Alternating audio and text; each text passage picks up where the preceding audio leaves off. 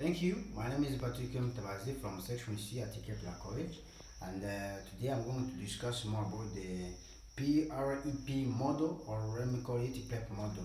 So this model is used to, let me call it as a framework. It's a simple framework that is used to make an argument more clear as well as more convincing.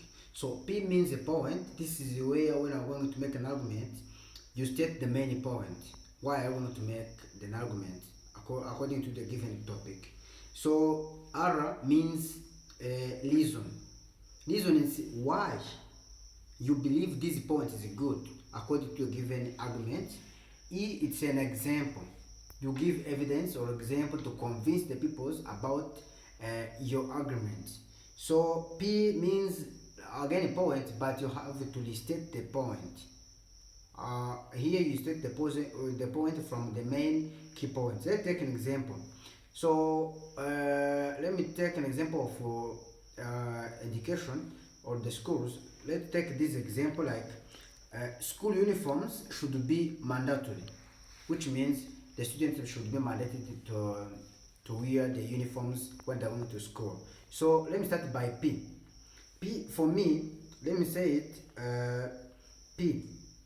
For me, I believe school uniforms should be mandated to all the scholars. Then R, it's a reason. For a reason, you state, here I'm going to state why. So, uniform promotes equality. We know it promotes equality among the students as well as reducing bullying. Let me take an example. For example, in schools where uniforms are required, students are all equal, which promotes the equality. There should be no pressures according to, for example, if all the students are wearing the same uniforms, there's the people that are going to be pressured themselves, so that for me, I'm not wearing good clothes and the others, so should be mandatory again. So according to the P, or I want to restate the point as the key. So let me say it. Therefore, mandatory schools uniforms help to create a fair and more focused learned environment among the students. So let me talk about also the Robuttals.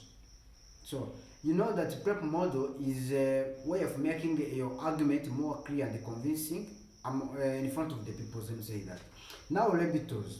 So when you want like to oppose an argument, that's what you call Robuttals. Robuttals, in not many ways, is when you respond to an opposing argument.